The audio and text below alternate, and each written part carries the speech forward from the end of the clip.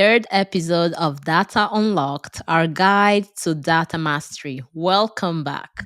So far, we've really been on an exciting journey that's been resonating with vocational education trainings all across Europe. And we've had the chance to talk about data literacy, to talk about the importance of including data literacy in our lesson planning and in our teaching.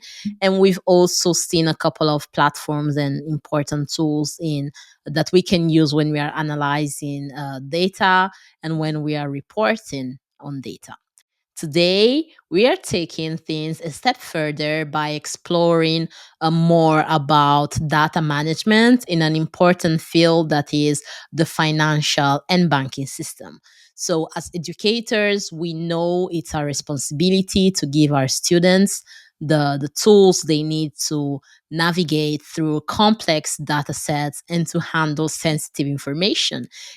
And when we're talking about navigating through sensitive information, we know the banking system and the financial system have a lot to teach us.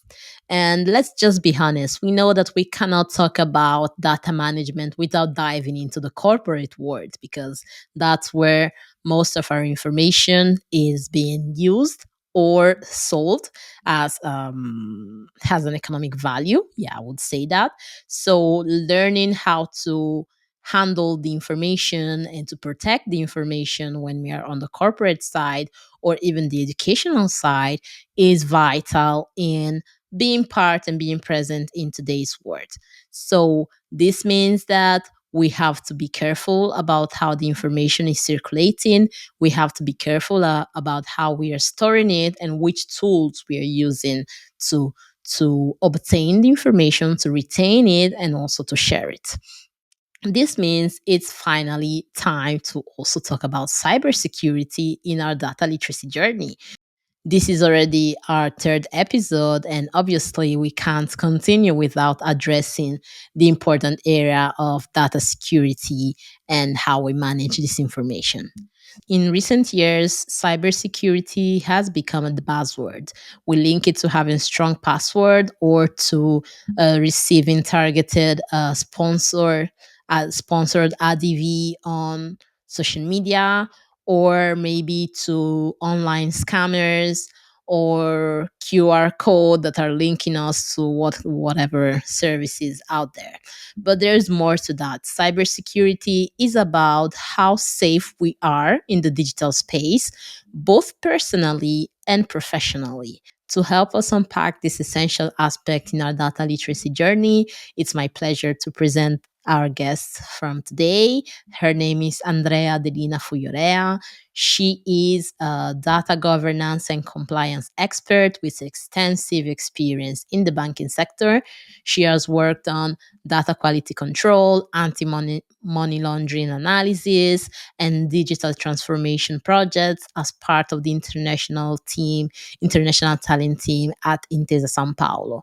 So today with her, we'll be unraveling more information about data security, data management, and also which tools can support our educators in leveraging data management in their educational programs. So let's just get into this journey. Thank you very much for joining us today, Adelina. It's a great pleasure to spend this moment with you. And to start, I would like to ask you some of the basics. So, what exactly is data governance and why is it such an important field to deal with when we are talking about finance and we are talking about banking? Hello, Ada. Thank you for having me. Data governance, it refers basically to what is the management of integrity, of security, and the privacy of data, which we use within the organization of the financial and banking sectors. The framework of data governance is made by policies, is made by procedures and standards, and it actually ensures that data is accurate, is consistent, and it's used, let's say, in a responsible way. We have organization goals and laws and regulatory requirements that we must comply with. And this is, let's say, core for the finance and banking sector.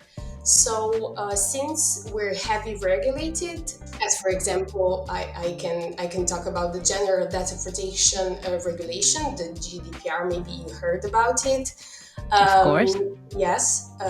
So this is very important for the banks and the finance sector to keep up with, because otherwise we can encounter risks. So we don't want that, especially because we're talking about the money of the clients. So it's very important that the risk management throughout a data governance framework it, to be solid. So, along with that, we also have cybersecurity, which is very important since we are target of cyber attacks, and also the operational efficiency that we can manage throughout data governance.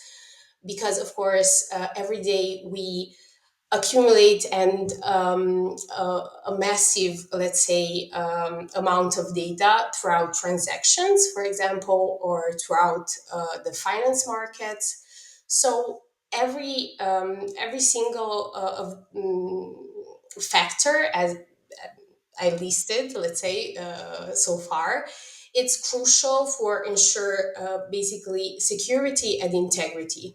So this is basically what a strong framework of data governance gives, to financial and bank sector.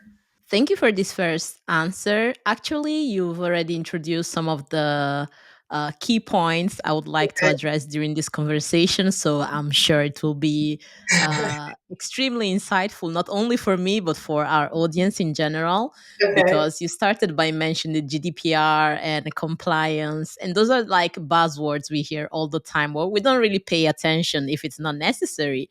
And we just complain when we see something going on with our online banking apps and things like that. That's But true. during this, yeah, but during this conversation, I think we'll be able to see how much of that word is all actually quite linked to us, and thinking about our target audience, so vocational and education training professionals, it will be interesting to see how these areas are related. And actually, one of the reasons why we invited you here today is because you have quite an impressive CV. Actually, you've been working in areas such as anti-money laundering and data quality control. And I would like to ask you, so thinking about the project and why we are here today, how do you think these roles connect with data governance, but especially, and what can educators take away from your experience? So yes, I still work in the anti-money laundering area, and I work with data, and I check the quality of it. And I think it's important to know that the anti-money laundering, or IML, as you prefer to call it, is part of the broader compliance area of the banking sector. And as all of the compliance activities within a bank, and which the bank must handle, the anti-money laundering is strongly regulated. So, of course, we have various national and international regulations and laws. We have the European Central Bank and Banca d'Italia, which every day requires us to, stand up for quality of data. So, a strong data governance framework is core for our activities, and mostly the principal, let's say, activity of this sector is the monitoring of transactions. So money transactions of our clients. The quality of data throughout the whole process ensures that data is accurate. So this helps the anti-money laundering process um, get more and more efficient in the first place, let's say, and also finding out where the financial crime happens. Data governance is key for the anti-money laundering area, since the financial institution puts a lot of effort in analyzing data. So ensuring accessibility, security of data, and being compliant, it makes easier to detect also suspicious activity and maintaining, let's say, an robust strategy, towards these Yeah. financial crimes. I think that VET educators can learn how to handle sensitive information, complying also with the legal regulation they have to stand up for, creating a safe and supportive and fair learning environment, but also they can provide their learners with this knowledge about how to handle the sensitive information to ensure success, let's say, and safety of all the stakeholders which are involved in this process. Thank you very much for this answer. And it takes me automatically to my next question because I would like to know more about handling sensitive information. Because, as I was saying when we started, there are a lot of buzzwords we hear when we are talking about data governance. And one of the buzzwords that's like the cool area of interest, I would say, right now for everyone is cybersecurity. Everyone likes to talk about cybersecurity, but we often reduce it to having strong passwords. So, not just using 1, 2, 3, 4, 5, 6 or things like that to store information, but being able to create stronger passwords. But there is much more to that, not only for the banking sector, but in our everyday life and with the information we are putting out there in the internet. And I would like to ask you to help us explain what's more to know, obviously, about cybersecurity and why it's so essential in today's world. And especially always thinking about the VET professionals, can you explain why handling sensitive information is critical also in this specific sector? Cybersecurity, as you said, nowadays is only about strong passwords, but we all know that when it gets to cyber attacks, it's more than that. So I think that for the data governance framework is something that integrates more and more confidentiality and availability of the data within an organization. So, as I said before, storing a lot of data every day, nowadays it means we store sensitive information. So, in industries, like you said, not just finance, but healthcare, for example, or government, and securing this data and this sensitive information is critical to maintaining the trust with your clients, with the people you work with, complying, of course, with the regulations, which once again are critical and are national and international, and also ensuring that your business continues. It's not just an IT issue, cybersecurity, it's part of how we manage data and how this data remains secure and available to who works with, but also to um, the people like provides the data. So as data becomes more valuable, cyber attacks are more dangerous. So we're afraid of that, and we know the cyber attacks are more and more sophisticated as we go on, because of course technology is more sophisticated, And we actually design frameworks of data to safeguard this sensitive information.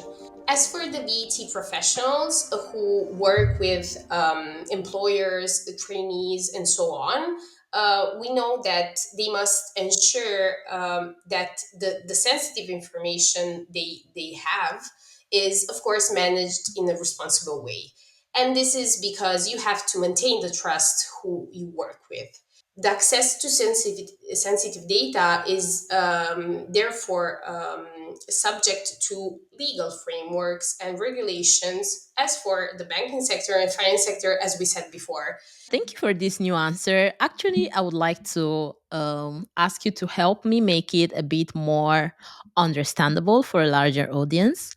So, I would like to ask you to share maybe some tips and examples from your experience, obviously, on how to manage sensitive information, how to share or not to share, where to put this information or where not to put it, because I think it might be useful for our audience to understand, starting from real cases, what we are actually discussing today. Within my area and where I work, of course, I manage sensitive data of our clients within the bank. As of course of a from a transactional point of view. So I really check the quality of this data, and I use dedicated softwares, of course, which the bank gives us to monitor this kind of data. Of course, it's very important, I think, to share that working with sensitive data, you must, of course, maintain certain behavior. You don't have to spread this information outside your working place. Also, it's not safe, let's say, for what we said so far, to manage this data outside this determinative software. So maybe, I don't know, put it on some USB driver and going with it to your friend's house and saying, "Let's see together this data." This Oh, is not this is not a good behavior in having sensitive information yeah. in your Please hands. don't do that. And don't No, say we advised you to do that because we are saying exactly. the opposite. Yeah, exactly. So, as for other advices, like everyday advices, I think from here it's important to understand also how we use our sensitive data. So maybe when we navigate some I don't know, internet sites, or if we use some platforms, if, for example, it is not just about the banking sector where I work, but of course, if you're a doctor, if you work in schools, if so, all the data you are handling every day in your job, let's say, is very important. I suppose, to understand that you have to use some dedicated channels, okay, that are given to you. I'm thinking about the training programs we offer as the Tech for Good and also with Info Education, and we are always advising our teachers on which new digital tools are out there, which ones they can use um, in their teaching, in their curriculum, Mhm. and because listening to you, some people might say, okay, maybe we don't have to use these platforms at all, or while others will say, but in the training program, you told us to use this system. So I just want to do like a small Yeah, clarification, just as we are okay, not advising you to go into money laundering or stuff like that. of It's course. also about understanding which data can be put on certain platforms. Like sometimes telling our teachers how to organize and how to have an effective digital archive out there. We say, okay, you can have your learning plans on Google Drive, you can create your teaching notes, your teaching materials, stuff like that. But one thing is having your lesson plans on Google Drive. The other thing is having your student information on Google Drive. It's the same tool, Yeah. extremely useful because it's free, especially everyone now have access to Google Classroom handles, so it's free. You can use it as a school institution. It's quite protected. And if you notice your student email address, especially for the schools that are using Google Classrooms or other learning management systems, they are like in a protected environment and they don't allow communication from outside. So the students cannot receive emails from non-institutional address or stuff like that. So it's just about understanding if an information can be put out there, if it can be leaked, I would say. So if our lesson plan ends up being outside in the world, it's not a problem. But if information with our students' address or learning whatever kind of information is sensitive, if it ends out being there, then we know it's not the same thing. So that's like For sure. basically what we are talking about right now. So it's just being mindful, I would say. Yeah, I think this is the key word from this first part of the interview: being mindful of which kind of information we are sharing and which platforms, which tools we are using to share them. For this like second part of our interview, I would like to ask you questions that are more linked to classroom management in general. And the first one about dealing with sensitive information and how to either use them, teach them, etc. My question would be, what's the first step a teacher, an educator can take into account when introducing data governance and data security in their lessons? So, how can they prepare this kind of lessons for their classrooms, especially knowing that in vocational trainings we find diverse profiles and people that are going to different areas of professionalism. So, how can we introduce data governance and data security to them? I think the vocational educators can start by a really simple concept, and this is establishing the importance of data protection and what is the handling of sensitive information, starting with the basic principles, let's say, of data protection, introducing maybe real world examples, as we talked Mhm. before, which are more practical and help you get um, into data. And also, I think it's very important to styling a strong, how can I say, sense of responsibility, because this is the first step. If you really understand the data you are using and what are the information you are working with, of course you are responsible, and you have the good knowledge to understand how to manage these informations in an ethical and secure way, let's say.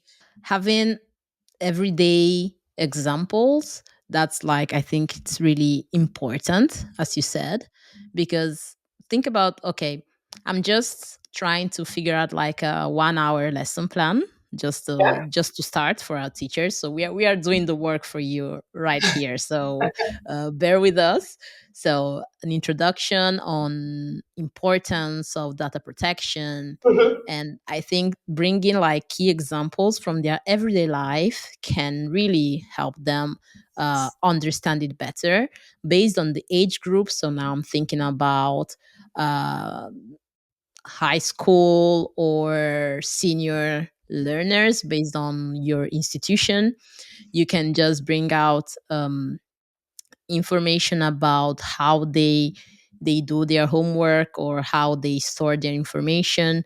We know there's like a boom of AI powered platforms out there, and students, they are even if we don't teach them how to, they don't need us to teach them how to use those platforms, so they are putting like all the information there.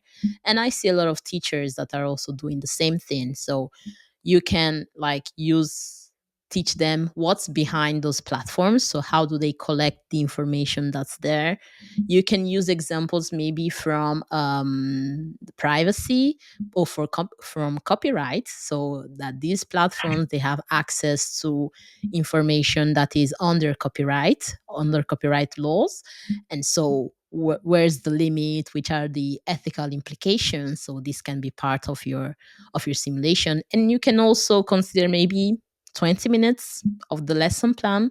You can put something like a practical case, so you can give them like sort of not ethical dilemma, but something similar, so something that will help them focus on, okay, we have this information, we have to share it, which are going to be the steps in sharing this kind of Is information, the way. and have them work in groups, especially if you have like smaller classrooms. And then you can use like the last part of the lesson to just wrap it up and see which are the key findings they have. And this can be like the first step in starting to teach data protection and sensitive information. And then maybe you can also focus a couple of lessons on the platforms that majority of people use. Based on the area of training, you can really think about what are the common grounds, and you can Mhm. use that as the heads up of your guideline. And then you can go more into practical guidances for your area or for your subject.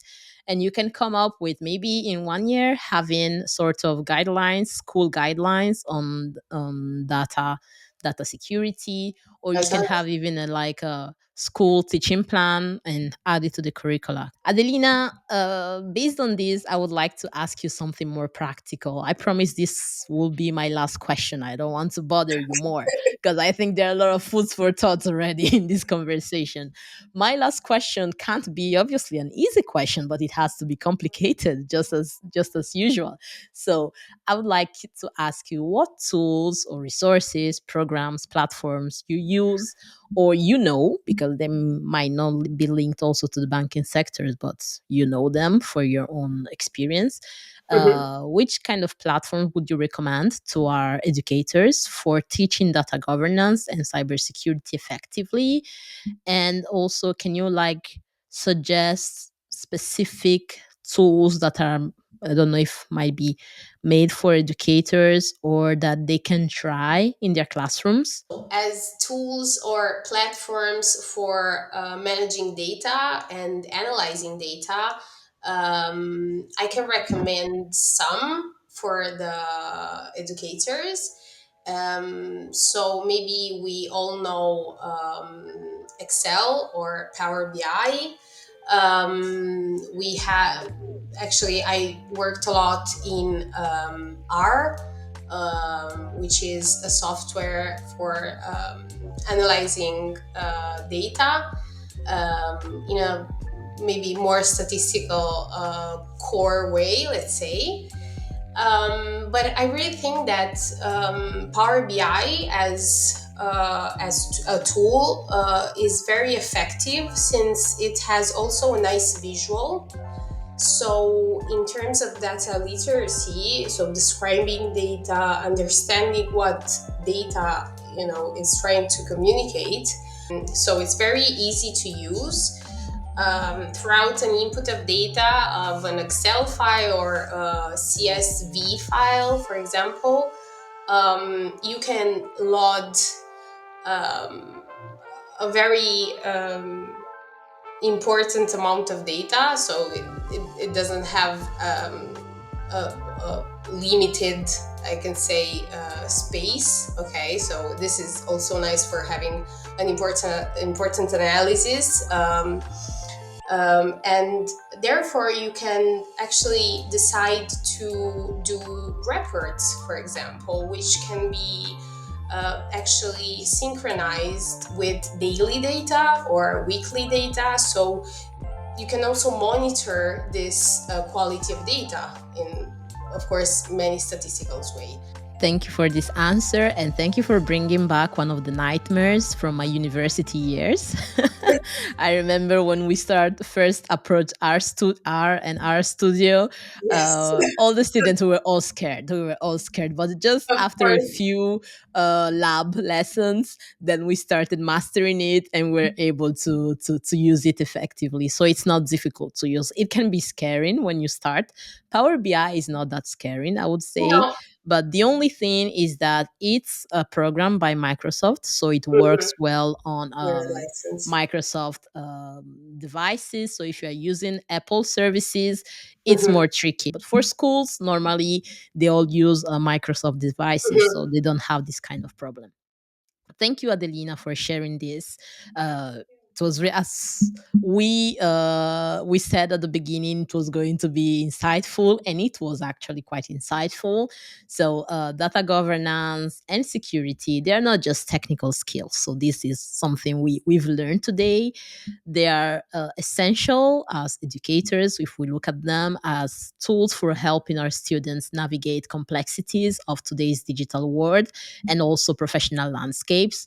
We know they are changing daily. We know there are new challenges coming out there like every single day, but it's important to learn how to navigate this challenge and how to do it while respecting sensitive information. So, as educators, by learning how to integrate these topics into our lesson plans, we can really prepare our students to manage sensitive information, and we can equip them with valuable knowledge in the job market.